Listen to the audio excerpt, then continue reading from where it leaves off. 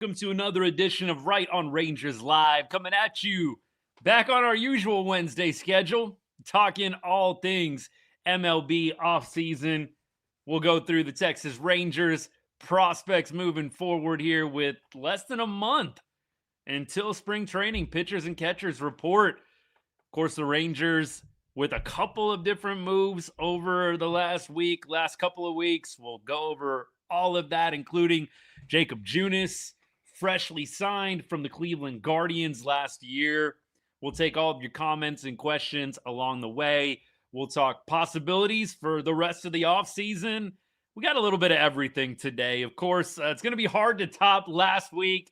TikTok, I know you guys had to miss the show, but we did a nice, real solid one-on-one interview with Cody Freeman of the Texas Rangers. Rangers rookie utility man. It was great to have Cody on the show. Tried to post at least a few shorts for all of y'all across all of socials. Hope you enjoyed. Maybe it's something we could do again in the season. We'll see. Hopefully my bad questions didn't scare Cody away too much. But I appreciate all of y'all that tuned in. Appreciate some of you on TikTok moving over to YouTube, Instagram to make that happen. Appreciate it. All right, let's get into it. Let's start with Jakob Junis. By the way, what's up to everybody who's on TikTok right now hanging out? What's up to everybody on YouTube, on X? It's good to see all you guys. I'll be checking the comments a little bit, but let me get through the opening rant here. Not really a rant, but it might turn into one. You know how this goes. Jakob Junis signed a couple of days ago, pitched for the Guardians last year, did have a sub-3 ERA. That definitely looks good on paper. You look at the FIP, you look at the FIP, and it definitely appears that he may have gotten a little bit lucky at times. The FIP was right around 350, I believe, maybe slightly below that. So for those of us that aren't complete baseball nerds like me, FIP is basically, the way I think about it is ERA, but you have kind of a more neutral position. It kind of takes into account the different ballparks that pitchers play in, a variety of different factors. Try and kind of takes luck out of the equation, if you will. So when an FIP, when a FIP is much higher than the ERA, it's indicative that the pitcher may have gotten a little bit lucky. So Junis with the 2.97 ERA and a FIP in the high 340s, may have been a little bit fortunate at times, but that doesn't take away from some very, very promising advanced stats that I've had my eye on. Got them in front of me right now. 92nd percentile when it comes to off-speed value. So this guy's got great off-speed stuff. I think that has to be the one thing that really stood out to me as I went through the highlights of Jakob Junis last year. We're going to talk about some different spots that he was put in during his time in Cleveland. He had a couple of different roles throughout the season. He also is very, very good at inducing weak contact. You got his exit velocity sitting at 87th percentile in the league. You've got the barrel percentage at 82nd percentile as well. This guy is very, very good with the off speed and is very, very good at inducing weak contact. And you figure Jakob Junis comes to Globe Life Field. He comes to Globe Life, what I think most would consider a pitcher's ballpark at this point in time. I think that this is going to be a solid move. I could see them using Jakob Junis in a variety of roles. I think that right now he could kind of fulfill that Sean Armstrong catch-all role, if you will. Armstrong didn't really settle into the closer spot until later on in the season. I could see Jakob Junis being high leverage guy in the 7th inning. You got the bases loaded. You need somebody who can come in and strand some runners. I could see them bringing in Junis. I could see him pitching in the 8th. I could see him pitching in the 9th. Kind of feels a little reminiscent of David Robertson as well. You guys remember a couple years ago, David Robertson was in a variety of roles and did a very, very nice job in 2024 along with Kirby Yates. So I think Junis is going to be versatile unless he really just gets that 9th inning opportunity and locks it down on a number of different tries. And that is definitely a real possibility. We'll see what happens. But this is a 1-year deal, $4 million, very low stress. I think that the Rangers did well to get this guy, and I don't think anybody should be shocked. If anything, this is the one thing nobody really should have been upset about. No one should have been worried about. I think that getting the bullpen piece together is something CY and company have done very well time and time again. So I'm not too worried about how this bullpen comes through. I know some people are still upset that the Rangers didn't go out and get a bona fide lockdown closer in the ninth. I'm willing to give a little bit of grace to the bullpen stuff just because of the success that the Rangers have had with the bullpen the last 2 years. It's really hard to argue with the strategy when they're one of the better bullpens in baseball back-to-back seasons. I think we trust CY and Fenstermaker on this one, at least in this avenue.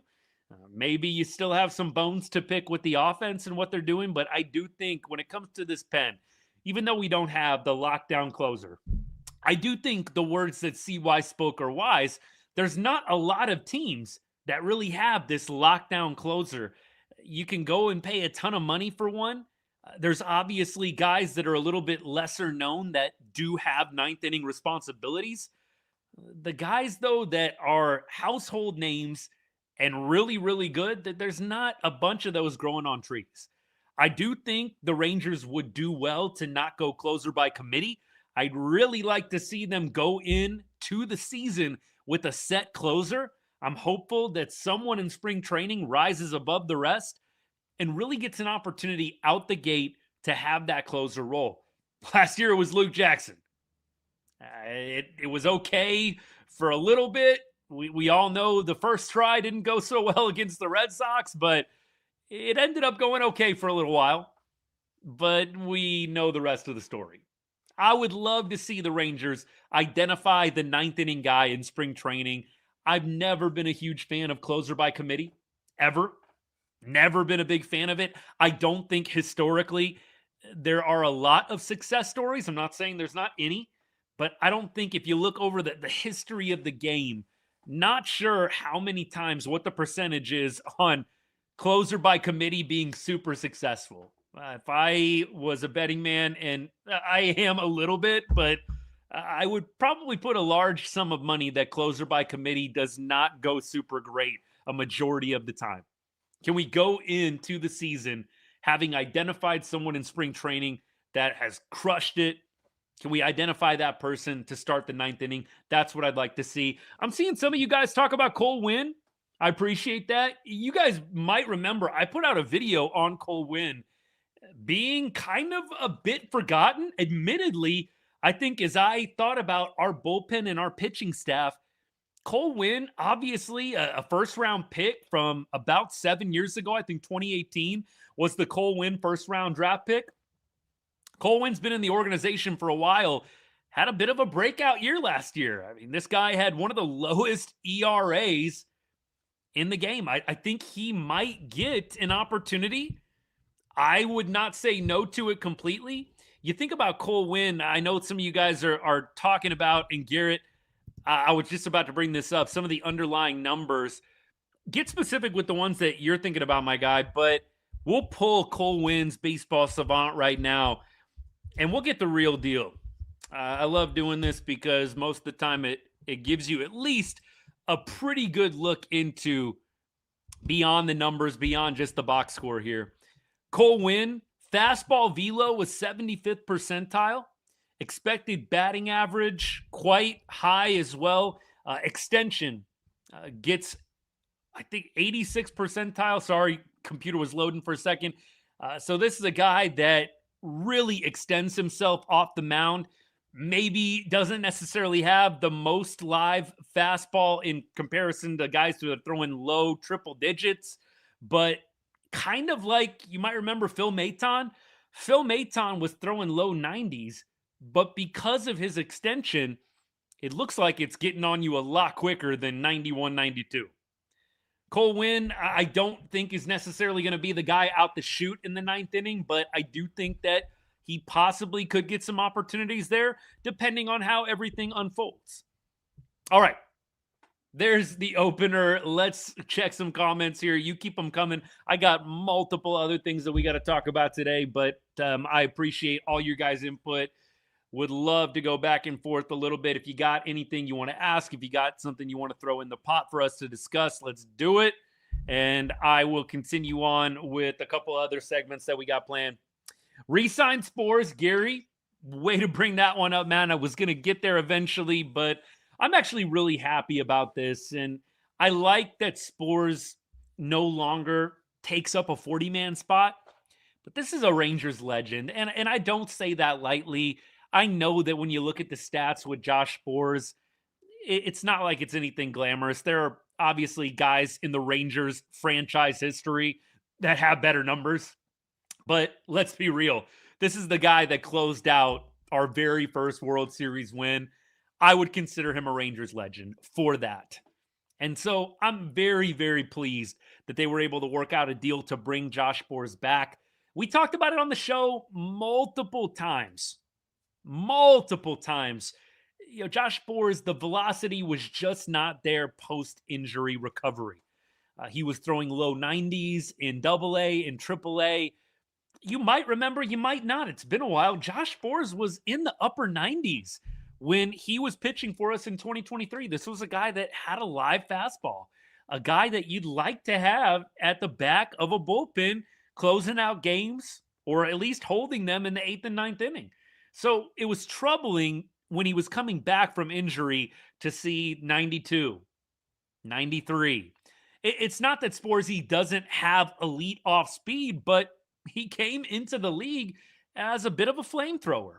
And when you lose that, you have even more limited margin for error. I hope that Spores has a great spring training, and I hope he makes the front office make a difficult decision whether or not he's added to the 40-man and he's a guy that is counted on in the bullpen for us, or whether he goes to AAA, spends some time there, and is kind of a reliever waiting in the wings, if you will. I love the Josh Spores signing. Not sure if it's going to amount to anything or not. I'm hopeful that it will. I don't think that this is a guy that is going to right away get thrust into some big time role, but it would be an incredible story if Josh Spores could find a way, work his way back into the bullpen, into some high leverage spots, and really make what would be a pretty incredible comeback considering the injuries he's dealt with over the last couple of seasons. Let's keep on going. Max Power, yes, absolutely. The velo was down. Luis won a World Series and don't want to spend any money. I'm going to talk about that in a second. How about a guy like Kopech or Giolito? Giolito is a guy that I think as a starting pitcher, Rangers probably have their eye on as a bit of an innings eater. Giolito's not terrible. He's not like a bad pitcher. I wouldn't say he's great or elite. I wouldn't even necessarily say above average, but he is a guy that I think will give you a chance to win. He obviously has some good pedigree. Giolito was one of the top prospects in the game as he was coming up. And I think that having a guy like that in the rotation would be great insurance. We've got a few guys that I think have some question marks. We love DeGrom. We love Evo. We love Jack Leiter. We love Kumar Rocker here on the show. I think with DeGrom and Evo, you have to consider health as a factor. You cross your fingers and you hope that both of those guys can stay healthy. But let's be fair. They have struggled with injuries at different times in their careers. They are getting a little bit older in age. And I think that with Jack Leiter, you're hopeful that he continues to take those steps forward. I'm not sure that anybody in the rotation beyond maybe those top two guys that I named is a lock for big time success this season. I think there are question marks. Can Jack Leiter build off of 2025? I think there are some people that feel really good about that. And I think there's some people that think the jury is still out. I'm probably somewhere in between. I like what I've seen from Jack. I'm hopeful and I feel confident that he will at least maintain what he achieved in 2025. Man, I hope that he is able to take it to that level where maybe he's getting talked about as, if you weren't in DeGrom or Evo rotation, if you weren't in the same rotation as them, maybe getting talked about as that borderline number 2 starter. I'm not saying he's going to take that away from DeGrom or Evo. Again, don't get it twisted, but we're talking about in a rotation without those two guys. I hope that Jack continues to assert himself into those conversations. For me, I would probably rather do something different than Giolito. Mason, I'm totally with you on this. I personally would like to see us go get Chris Bassett. Of course, Bassett pitched for the Blue Jays. This is a guy that, we're not talking about the Peraltas, and we're not talking about the top guys on the market, but we're talking about a guy in Chris Bassett who's very solid. The advanced stats above average, I think, by and large. I think Bassett is going to be one of the more expensive options left. You're talking about a contract probably in the high teens for Bassett based on projections that I've seen. I would like to see the Rangers sign him. I think he may be a little too expensive, but that would be my number one choice. Beyond that, if you're not going to do either one of those deals, you might as well go ahead and just announce the Patrick Corbin one-year deal. I joked about it a little bit on X. For those of you that don't follow me yet over there, throw out a lot of different tweets throughout each day. If you only follow me on TikTok or YouTube and you have an account on X, formerly Twitter, of course, follow me over there. I post on all the other socials as well throughout the day. But I basically said, at this point, I think if you're not going to be in for one of the big fish, you might as well bring Corby back on a one-year deal. Just let him eat up some more innings at the back of that bullpen. I would like to see them go get Bassett. I'd like to see the Rangers go get a guy that maybe isn't top of the line, maybe isn't front line, but somewhere in the middle. But, when in doubt, bring back Corby on a one-year deal, right? Look, I was a big Patrick Corbin supporter. I know some Rangers fans could not stand him every time he pitched. I feel like Pat Corbin had a ton of bad luck last year. Pat Corbin in 25, I felt like was what Andrew Heaney experienced for us in 2024. Y'all remember, I'm sure, Heen Dog in 24 was like every single game Andrew Heaney pitched, we were in it. It was like 3-2, 3-1. Heaney was consistently keeping us in ball games, but the record was ugly because the dude would just get no run support. I kind of feel similarly about Pat Corbin. I feel like Pat Corbin had a ton of good outings for us, but you know what? The offense was so bad at times last year. If Pat Corbin gave up 3 runs, it was done. That was it. He's only going to go 5 or 6 innings. So I feel like Pat Corbin was a lot better than what some Rangers fans gave him credit for. But I am a Patrick Corbin truther. I got to throw that out there. I know some people aren't on board. That's okay. We can agree to disagree. Brian, what's good, man? Thanks for hanging out. Appreciate you. Hey, TLC, I'm glad you figured it out, man. My take on these lives, by the way, I know some of y'all lovingly, like, Austin, come on, man. Give us a little bit of a heads up, like when you're going to go live. I've tried to do Wednesdays consistently. I've gotten a little bit off. Last week we had to go on Thursday, working it out with Cody's schedule, which I was more than happy to do, by the way. But look, I kind of figure if you're available, you'll tune in. If not, you always know YouTube. We got the replay there. If you ever wonder what we're up to on a show, you're not able to make it happen, go over to YouTube, check it out. All these lives get posted there. So on TikTok, if you're hanging out, you didn't realize everything's over on YouTube if you ever don't make a show, which is totally all good. I get it. Middle of the week, middle of the work week. It's not always going to happen, but we're glad to have you here. It's great hanging out, talking baseball, man. I'm getting more and more excited about the season coming up. All right, let's get over to TikTok a little bit. Make sure I didn't miss anything crazy. Are we going to see a repeat of Panda Assassin? You might be onto something there, man. I got to think about that one.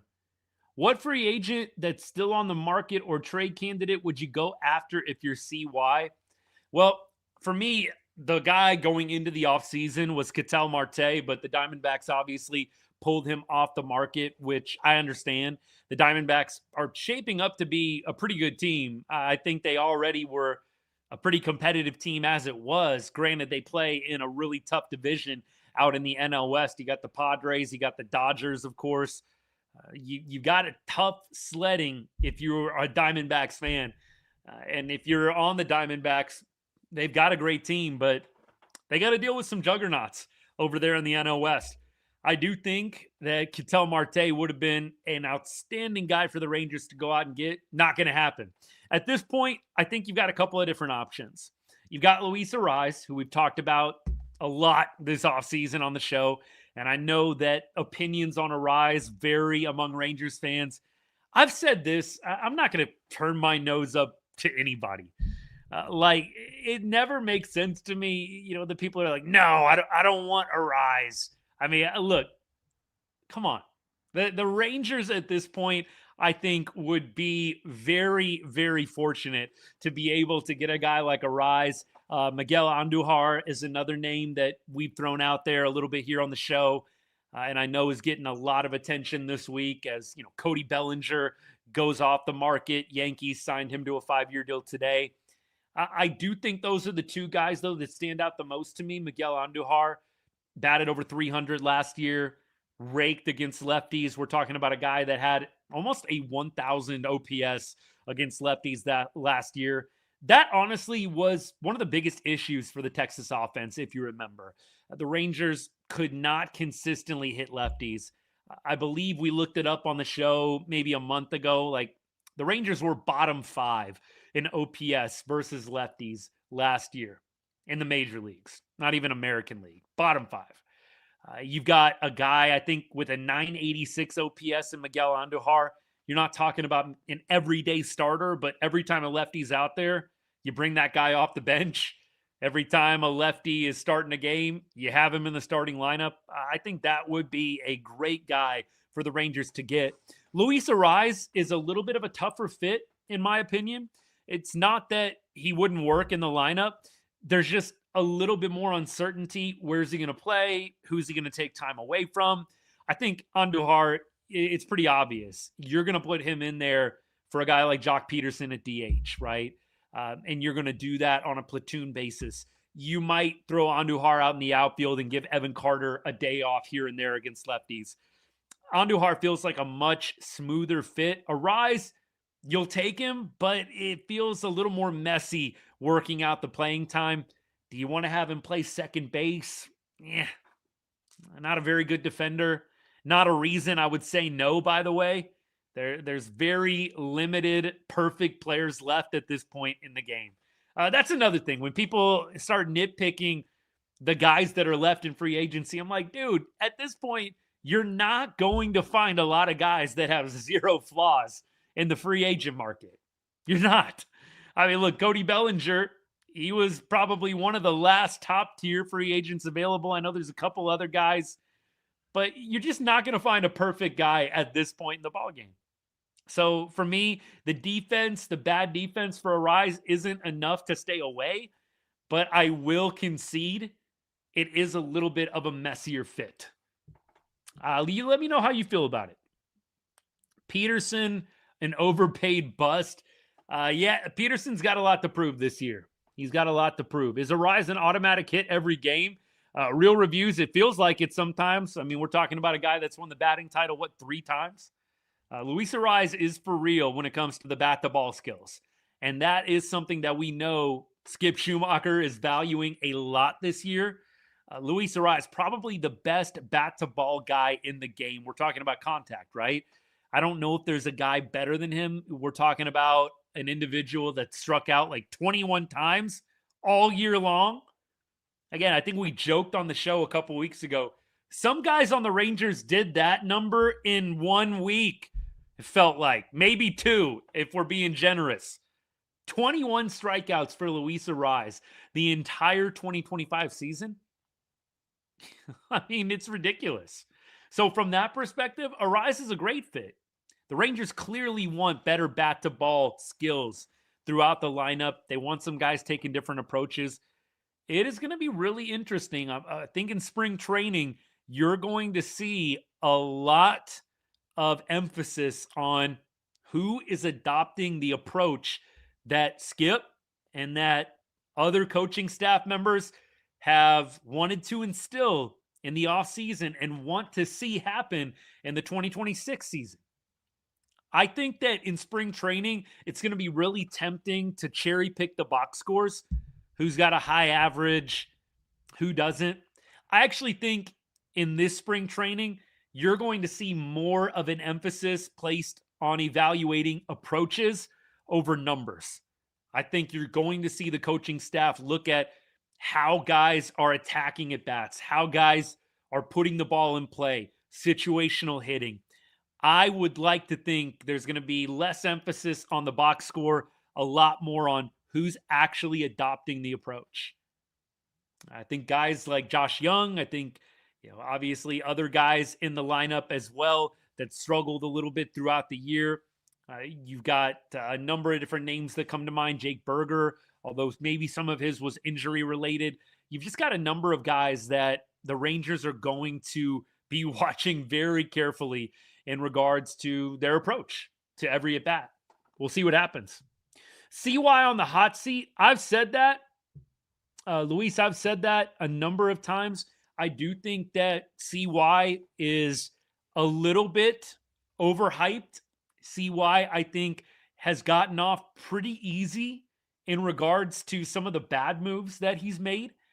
I think that a lot of people obviously look at 2023 with CY and they give him a lot of love and praise. If I'm keeping it a buck, I think we've talked about this a number of times. I know that's kind of my catchphrase tonight. But look, I'll be a broken record for this. John Daniels, I think you got to give the guy a lot of credit for what the Rangers accomplished in 2023. And I've named off a number of players that were brought in the John Daniels era.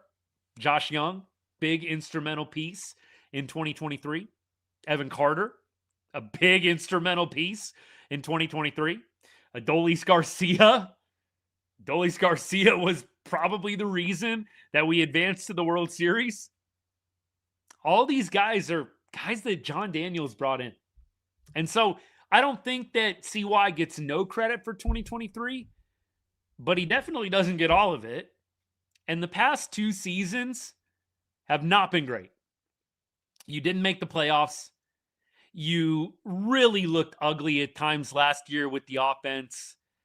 You made a couple of pretty bad deadline deals in a row. The Merrill Kelly deal did not work out. It doesn't matter what the philosophy was.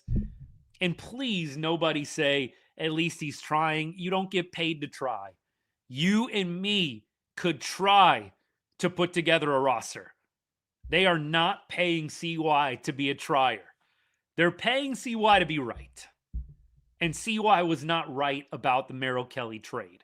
They didn't even make the playoffs, and you dealt 3 of your top 15 prospects. Don't give me any of this. Hey, the thought process was there.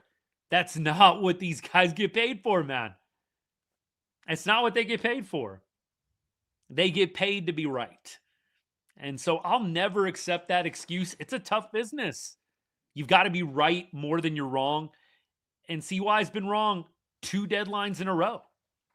I don't know if he's on the hot seat. Going back to that original question from Luis, I don't know if he's on the hot seat, but I also don't know why he's not if he isn't. I know that's a little bit of a word salad, but I don't know what argument you can really make for why he shouldn't be. But I don't know what Ray Davis is thinking about CY. If I was Ray Davis, here's what I would be thinking. You spent $35 million last year on the tandem of Jock Peterson and Tyler Mahle, both who missed a lot of games. And Tyler Mahle didn't so much underperform. He was actually really dominant, but he didn't stay healthy. And the Rangers were betting on Tyler Mahle staying healthy for 2025. That didn't really happen. Jock Peterson, we don't even need to bring that up. Let's not pour salt in the wound. That was $35 million CY spent on those 2 guys in 2025. That's not good. And I think you also consider the trade. You dumped 3 top 15 prospects for a guy that went right back to Arizona. This is why I've said the people that are really, really harsh on Ray Davis, it doesn't make a ton of sense to me. If you were in Ray Davis's position, maybe you're giving CY a blank check to do whatever he wants with it. But can you blame Ray Davis for being a little bit gun shy? Can you blame Ray Davis for looking at the Jock Peterson deal, for looking at the Merrill Kelly trade, and maybe questioning, what are we doing here? What are we doing right now? I know if I just had 35 million, or look, if you want to throw out Mally, fine. Let's throw out the Mally number. If I just wasted $18 million, I don't know that I'm super ready to give my financial advisor another 18 mil to go invest. Probably feeling a little bit inquisitive. And I'm being nice when I use that word. I'm feeling a little bit uncertain if I want to dump more money into the hands of a guy that's had some trouble with making the most of it in the past. And there is my defense of Ray Davis. I know you're going to continue to see a lot of Ray Davis hate from people that want to see the Rangers spend more money. I think you have to consider, if you're upset with Ray Davis, direct some of that to Chris Young, who has not done the best job with his resources. I don't think there is any denying that when you've missed the playoffs the last 2 years. Call it harsh. I don't think it's disrespectful. I just think it's a reality. I think it's fair. You missed the playoffs back-to-back years. Yes, you can blame the players. But at the end of the day, I think you also have to look at CY and the front office. All right. Keep going. At least you guys who are Rangers fans don't have to deal with Artie Moreno. Truth. Preach it. Luis, I would say Wyatt Langford for power. Langford for sure. Nimmo will probably give you a little bit too. Keep going. D-backs forever. What's good if you're still hanging out? Yep, baseball almost here. Love it. Love it, love it. TLC, the last deadline, it was clear they were not going anywhere. Yep, agreed there. We had an elite offense in 2023, a bunch of high draft picks with promising prospects like Langford, and we're sitting here 2 years later looking at rebuilding. CY is awful. Garrett, look, you laid it out there a lot more in your face than I did. I'm trying to be nice, but look, I think there's a lot of truth to what that comment just said. I don't think there's a lot of ways you can really pitch that CY is not on the hot seat. Maybe Ray Davis and him, and you're just not going to see Ray pull the trigger, make a different move. But how do you miss the playoffs 2 years in a row after winning it all? And to miss it in the fashion that you missed it last year, just looking like a AAA squad, really. In terms of offense, scoring 2, 3, whatever it was, runs a game. Like, I love a lot of these Rangers guys. I know that what I'm saying is definitely going to come off a little harsh, but the offense was not good enough last year. And I think that you've got to point back to the people putting together the roster at some point. Yes, there's guys on the field with bats in their hands that you probably need to blame first and foremost, but right behind them are the people that put the bats in their hands by giving them a spot on the team. Let's just follow the logical trail here. Appreciate you guys. Matthew, appreciate that, man. The comment is, hope you guys take care of Nimmo. From a Mets fan. Hey, man, same for Simeon. I think Marcus did not have the ending that he would have liked to in Arlington. Rangers fans really never got a chance to say goodbye to Marcus because of his injury. I was a big Marcus Simeon fan, and in some ways I still am. Not going to be as big of one now that he's on another team, but we'll always have a special place for Marcus Simeon in my heart. And I think there's a lot to like about him. Clearly, we know there was a little drama between him and Seager. It is what it is, but I hope Simeon does well in New York. I really don't know who would be wishing him any ill will. I think that Marcus, by and large, he gave Texas all he had. He helped us win a championship. I wish him nothing but the best. Keep on going. Do I think the Rangers re-sign Danny Coulombe? No, I don't see a Coulombe reunion. I would like it, but I just don't see it happening. I think the Rangers are really going to do the nickel and dime thing, just like they did last year, right? They signed a bunch of guys, and we were like, who? Like, they signed Sean Armstrong. They signed Hobie Milner. In the offseason, we were all just like, who? Hey, we all had to look these guys up just to see what kind of years they had. Jacob Webb, right? I mean, there's all these different guys that the Rangers signed last year at value, and Rangers fans didn't know a whole lot about them before they came to Arlington and started pitching from that mound. I think they're going to do the same thing this year. I have no clue what Coulombe's market is. If he came back in Ranger red, white, and blue, I'd be thrilled. I liked what I saw from him, but I would be surprised if they bring him back. Happy Wednesday to you too, Daniel. Appreciate you, man. Yeah, I think all accounts are that Carter is healthy and ready to contribute. I think Skip has talked a number of times, Brian, about Evan Carter being an everyday player. And so I do think he is going to be given a primo opportunity to get a lot of ABs in 2026. Clearly, if he doesn't do well against lefties, that is going to be something the club is going to have to address pretty quickly.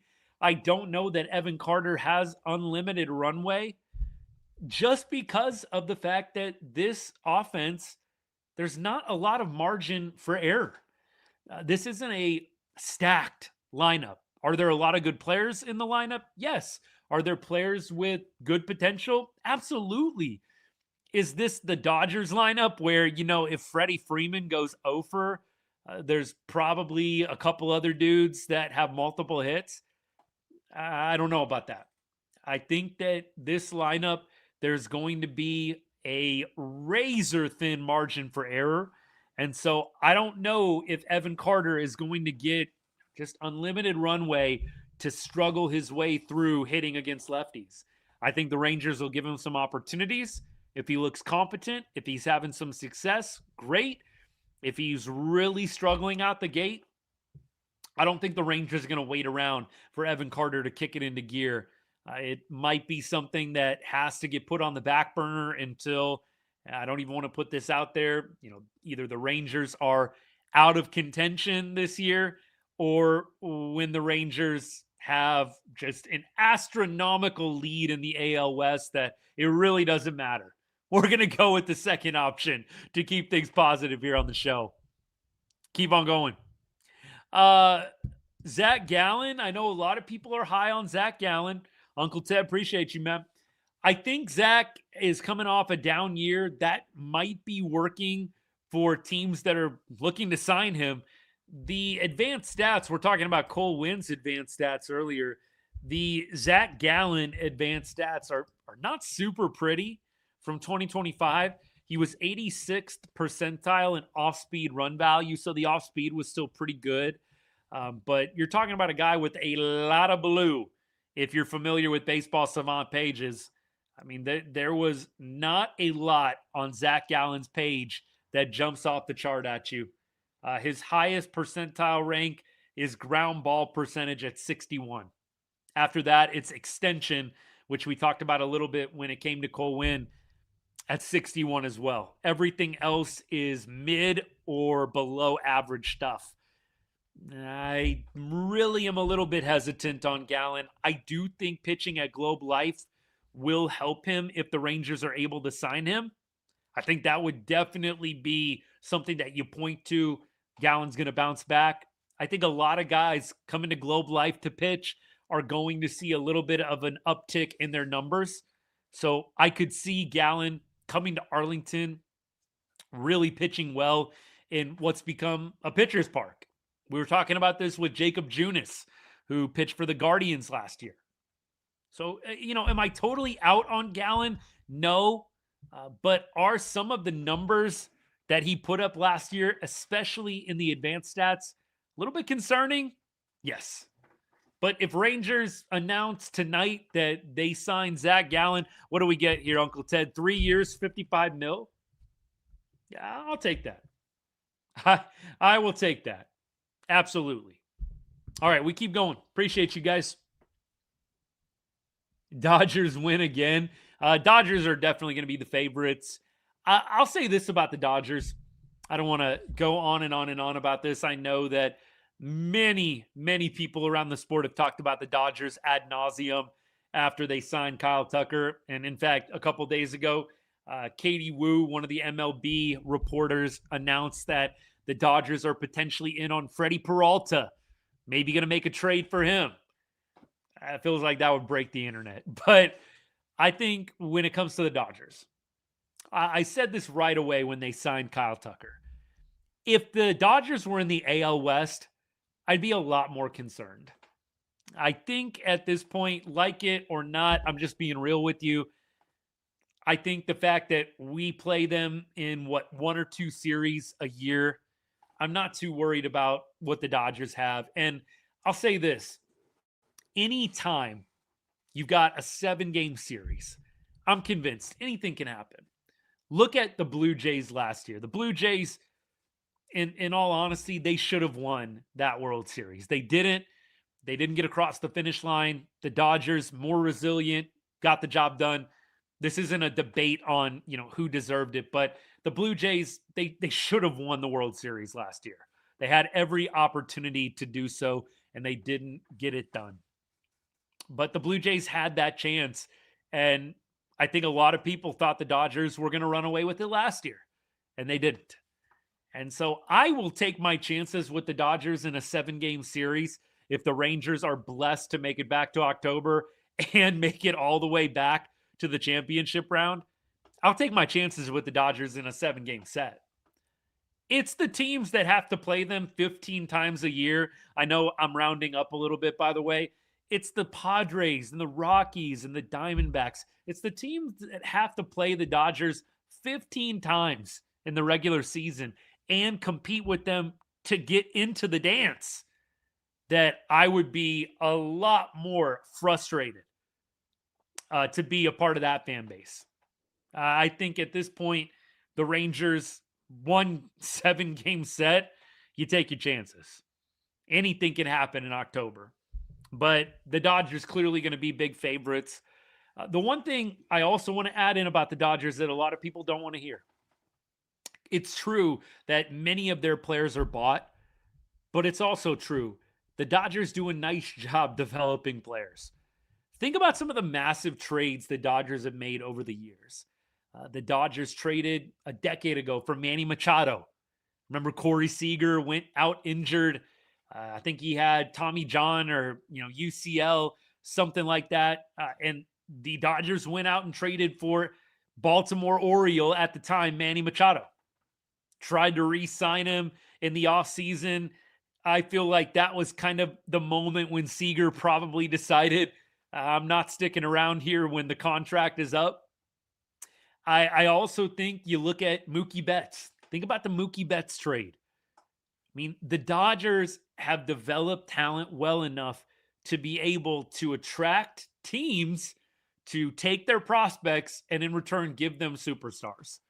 So Mookie Betts trade, another one. You think about the Scherzer and Trey Turner trade. I mean, the Dodgers have made all of these series of moves.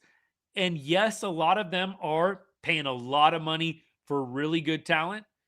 But they also have a strong contingency of, hey, we've made some really good moves in the developmental process, enough to the point where we're able to go get big stars in trades because we have the prospects that attract other teams. This isn't stuff I love to say out loud, by the way, but I just don't like the people pretending like the Dodgers are only good at spending money. I think that's pretty ignorant if that's your take. You have to consider everything that I just said, along with the fact that the guy that won them the World Series last year, and obviously it's a team sport, but go with the hyperbole here. The guy that won them the World Series last year was homegrown. Will Smith, first round pick by the Dodgers several years ago. Dude hits the go-ahead home run in the World Series to win in Game 7. I don't know. The Dodgers takes, clearly I don't love seeing them get all of these top names. I don't love it. But let's not go over the top. The Dodgers have done a nice job as an organization both getting players through trades, developing talent, and yes, buying talent as well. Yamamoto was absolutely the guy. I don't think there's any denying that the bought stars contributed quite a bit to the Dodgers winning it all. I think my take here, McJ, is let's pull back the reins a little bit on all the Dodgers do is spend. I think they do a lot of other things well. Also, don't like saying it out loud. Wish that the Rangers were on the level that the Dodgers are in when it comes to development, when it comes to trades. I don't think that you can say confidently that that's the case right now. And it hurts to say. It really does. Keep going. Number 2, yeah. Look, I try to keep it real. Does my bias show here and there? Absolutely. Never, ever professed to keeping it 100% objective here at Right On Rangers.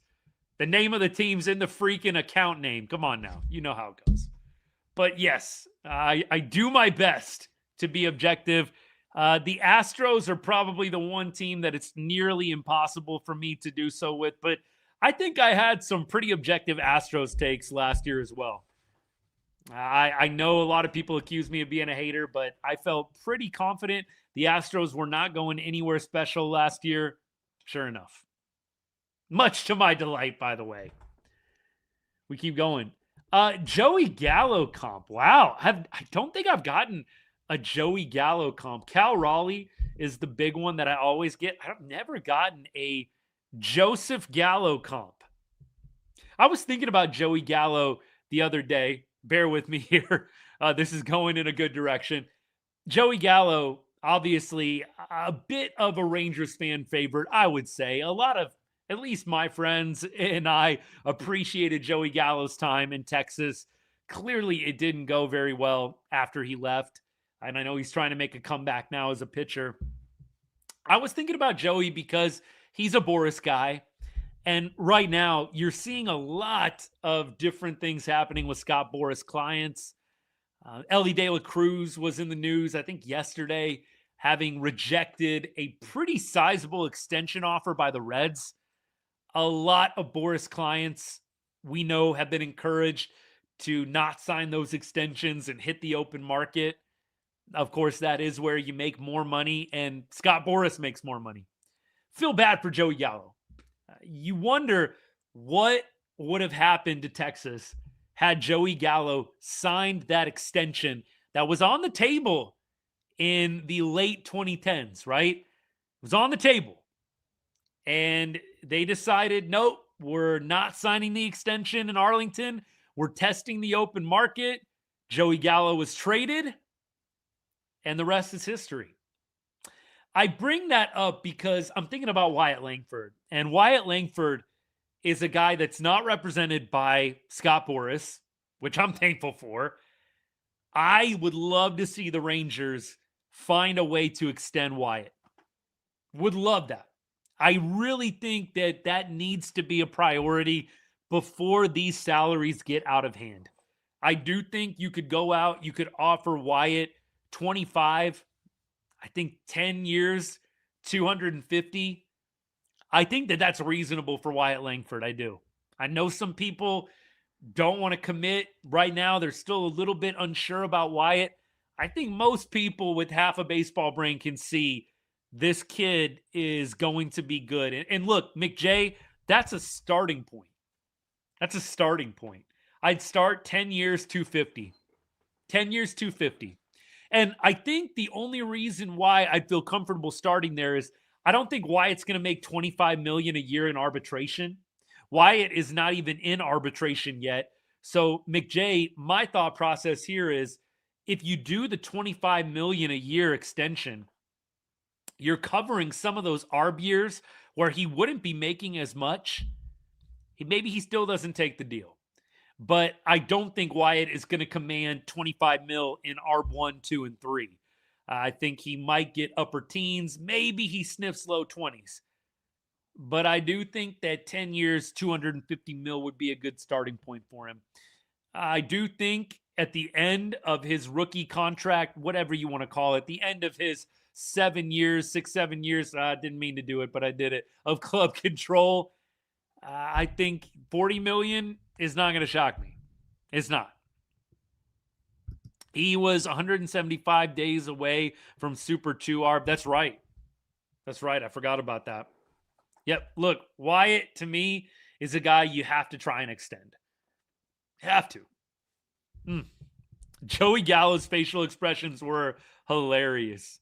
Absolutely. Yeah, I mean, he had some classics. I'll never forget in MLB The Show, I think it was in 2020, MLB The Show, they had the wildest pic of him on there. He actually was really cool about it. Joey, during the pandemic, I know he was doing some streaming for MLB The Show, having some fun with that. And he brought it up one time in one of his streams that they kind of did him wrong with the facial expressions in MLB The Show for him. Joey Gallo, one of my favorite Rangers. I'm sorry. Sad that it didn't work out better for him when he went on to New York and LA. And of course, then went on to Minnesota and a couple other places. But hopefully he lands on his feet as a pitcher. That'd be a pretty cool story.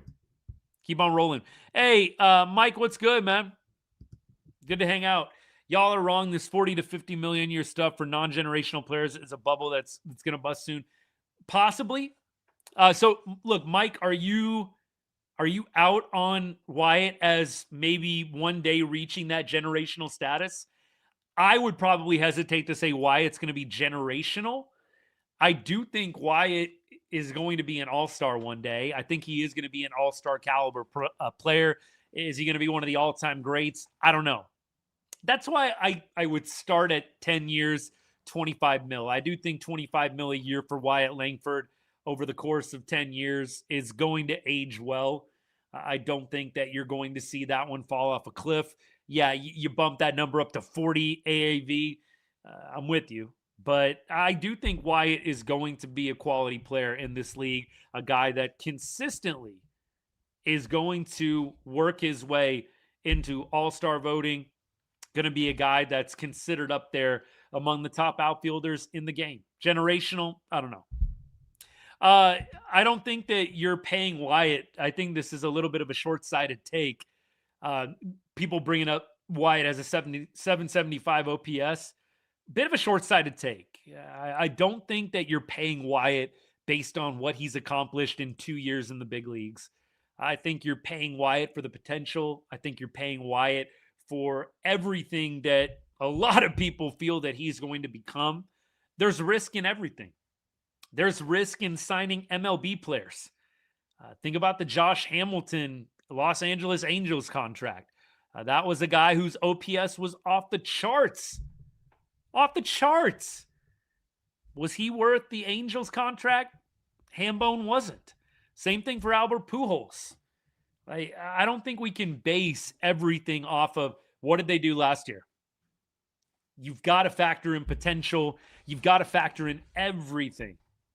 Everything. Look, Uncle Ted, you're giving Jock Peterson 18 mil a year and you're scoffing at Wyatt Langford getting paid 25. That doesn't make a lot of sense to me. I mean, you start with Jock Peterson's getting paid 18 million a year as a platoon player. Bro, I don't think that 25 million is the reach that you think it is. A platoon player got paid 18 million a year. And we're scoffing at Wyatt Langford for 25 million? That doesn't make a lot of sense to me, brother. Yeah, I think you got to follow things logically. And if a platoon player is getting paid 18 mil, Wyatt Langford, an everyday player who I think has a lot more promise than a 30-something Jock Peterson, I think 25 mil is going to be a get. AAV for Jock Peterson, by the way, I agree with you here, brother. I really do. I agree with this. 18 mil for a platoon player is wild. So I think we have to separate. I'm not necessarily saying that I think these numbers are exactly what these guys are worth. I just think it's what's going to happen. 8 for 200, possibly. I could see an 8 for 200. That's 25 mil a year for all of my non-math people. And by the way, I'm not a super great math guy. I'm actually pretty proud of myself. I did this math on the fly, Mike. 8 for 200, 25 mil a year. I think that's really reasonable, and I think Wyatt should take that. You're not going to get $25 million a year in ARB. You're just not. Wyatt Langford is going to get single digits in ARB1. He might get up into the teens for ARB2. If he really crushes it, he might get into the 20s for ARB3. Wyatt is not going to make $25 million a year in arbitration. So I think from that angle, you pitch it to him, dude, we're giving you $25 million in your ARB years. I mean, Ellie De La Cruz just said no, though, so who knows? This is a wild stat. Like, Langford more WAR than Tucker. That's wild. That's crazy. I would not have guessed that.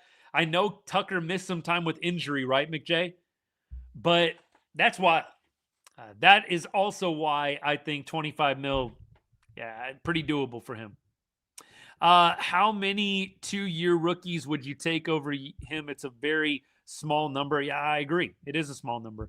Uncle Ted, your point's well taken. Like, if you don't have to pay more, why should you? But I think, again, what you're looking at is, can we wrap him up in the ARB years so that way we get a few years of him at a reasonable price, 25 mil, I think, in 2029, 2030, whatever it is, when Wyatt gets into the end of his ARB years and into his free agent years.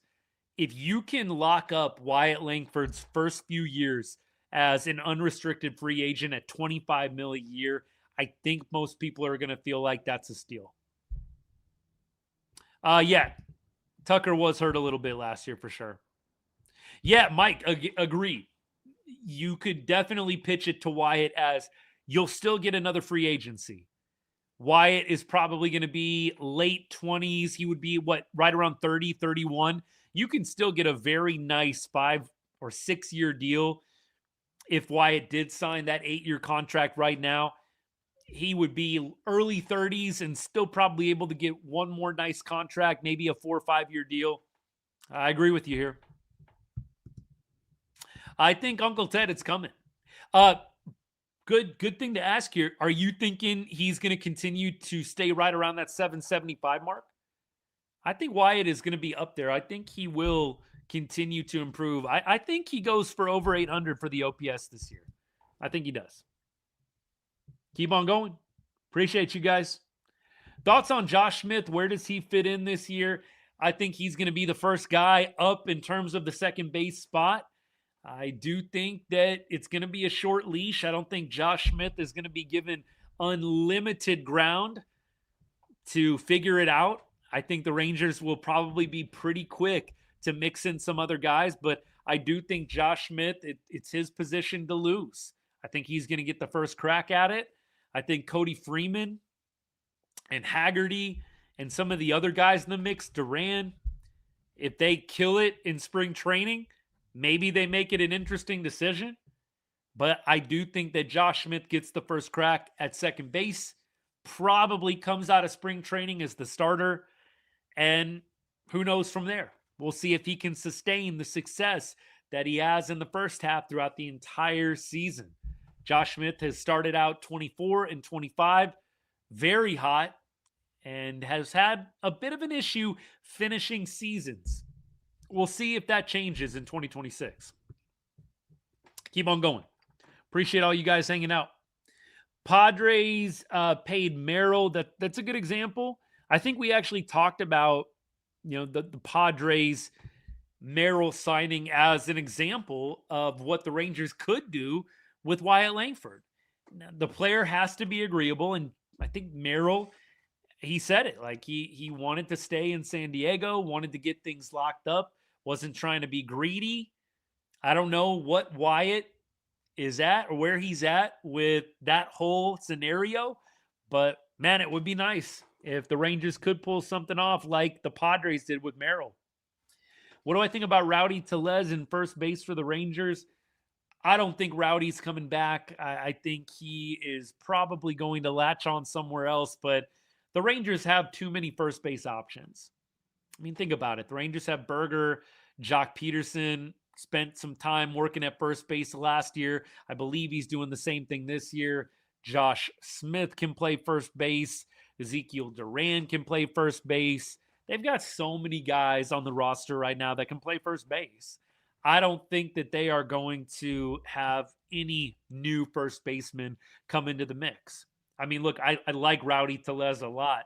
I'm not saying that he would be a bad guy to have on the team, but I just think first base is log jammed. I don't think there's any room for Rowdy. You would much rather bring in somebody a little bit more versatile. Again, maybe an Andujar, a guy that can play infield, outfield. I'd rather have kind of this conglomerate of utility players than bring in guys that can only play one position or DH. That's true, McJay. You got Ortiz as well down there at AAA, who potentially could come up and play some first base too. I think that that's a very fair point. So there's just not a lot of opportunity for a guy like Rowdy. I don't really think you would bring him in unless there are a couple of major injuries, which nobody wants to see. I think that's the only scenario he comes back. Uncle Ted, I'm kind of on the opposite side here. The Rangers' biggest struggle in 2025, one of them at least, was hitting lefties. I think they need to bring in a right-handed bat that can help them in that department. You've got also Nimmo getting swapped in for Simeon. Nimmo is not a bad hitter against lefties per se, but you've got a pretty lefty-heavy lineup. I think the Rangers would do well to go out and get a right-handed bat. Now, if you have a Luis Arraez type, a guy that isn't as good against lefties, but is still a decent hitter, I think, sure, fine, but I think you got to go out and get a right-handed bat. A guy like Miguel Andujar, I think, would do wonders in the lefty starter lineup.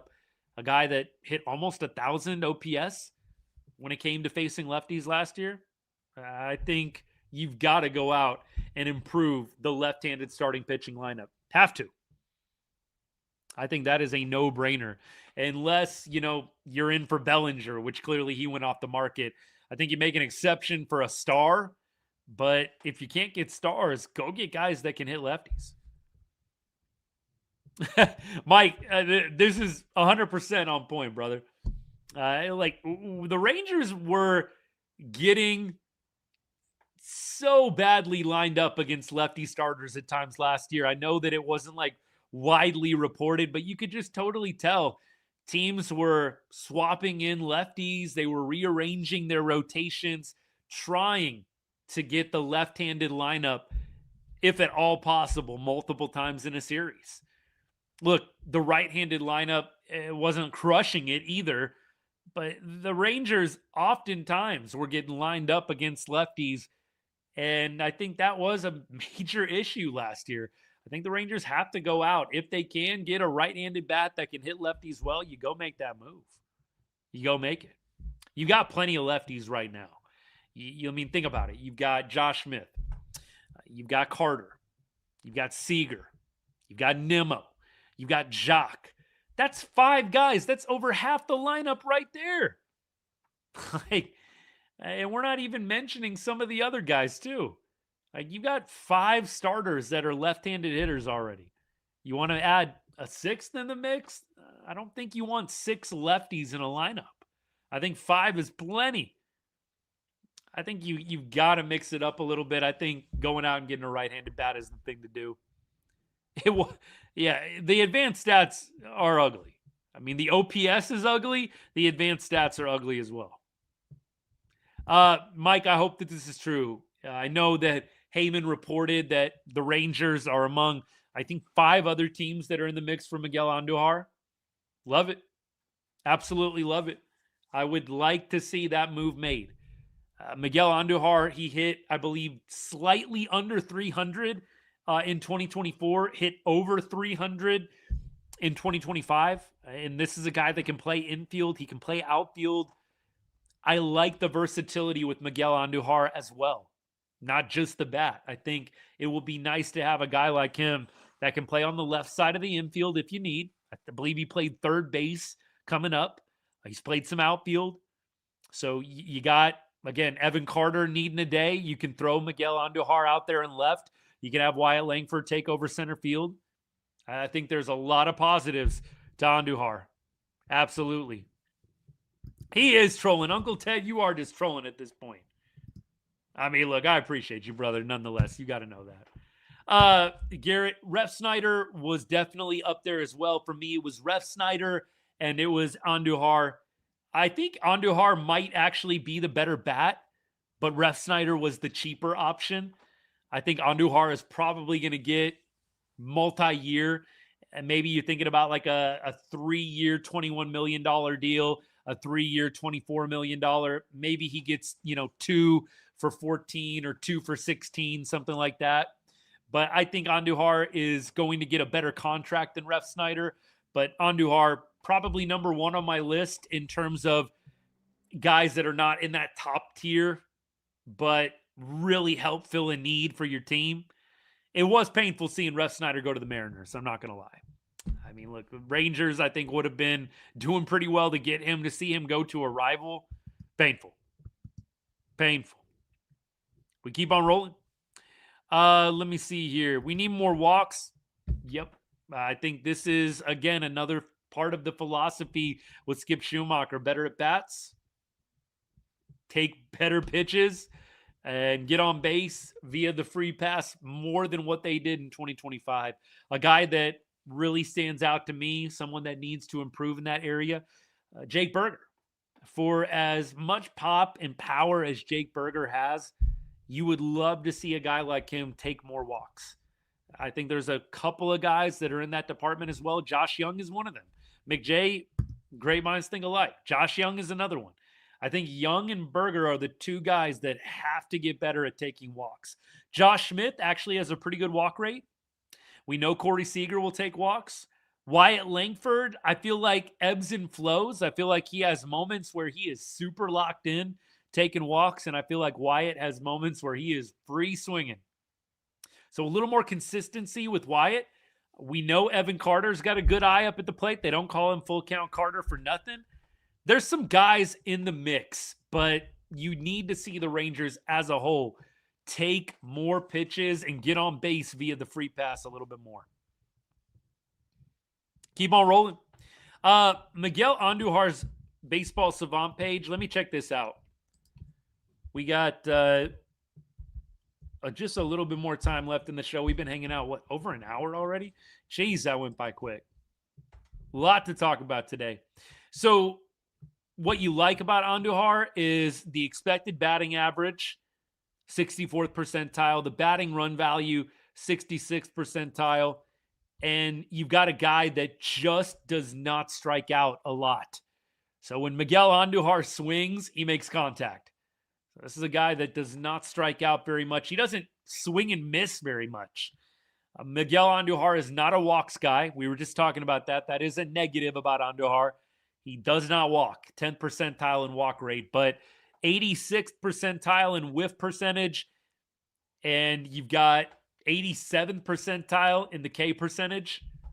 I mean, like I said, this is a guy that doesn't strike out, doesn't miss when he decides to pull the trigger. I like that. Putting the ball in play, I think, in this offense is so huge, and you would love to see the Rangers do double, if not triple, the amount that they did in 2025. Way too many bad ABs, strikeouts, just bad at bats. And that's something that the Rangers, I know in the offseason, are really trying to get better and better at. All right, y'all. Hey, we're going to go ahead and we're going to wrap things up. Next week, we'll probably do Wednesday again if I had to guess. And, of course, emergency lives will happen. If the Rangers sign somebody big, they get Miguel Andujar, we'll talk about it. We'll probably pop on the live. They go out and they get a Chris Bassett. They get a big name. Look, I love Jakob Junis. No disrespect to Jakob Junis. I'm not sure Jakob Junis is emergency live worthy. And I hope that you're okay with that. But if we do go out and we get somebody of note, I will absolutely hop on the live. We'll talk about it. And we will hash everything out. I would really love to be able to do that, y'all. I fear that the Rangers may be done with the hitting side of things. I know Andujar has been reported as being a Texas target. I hope that is accurate. I hope it happens. Surely there's at least one move still up Fenstermaker and CY sleeve. Surely. I would love if we could be back here in less than a week on a random whatever it is, talking about a big move that the Rangers just made to better themselves ahead for 2026. Mike, thank you. I needed a little affirmation there. I don't think Junis is emergency press conference, emergency podcast worthy. Nothing against the guy. I think he's going to be good. I think he's going to be solid for the Rangers this year. I really do. But look, we go get Andujar. We go get a Chris Bassett. We go get a Zach Gallen. We'll be hopping on. We'll make it happen. Trading for Ketel Marte would be huge, but I think the Diamondbacks were pretty firm out there that he is off the market. I would love Ketel Marte. I think that would be an outstanding pick for him. All right, y'all. Have a great rest of the night and a good weekend ahead. I will probably put out some content at some point over the next few days.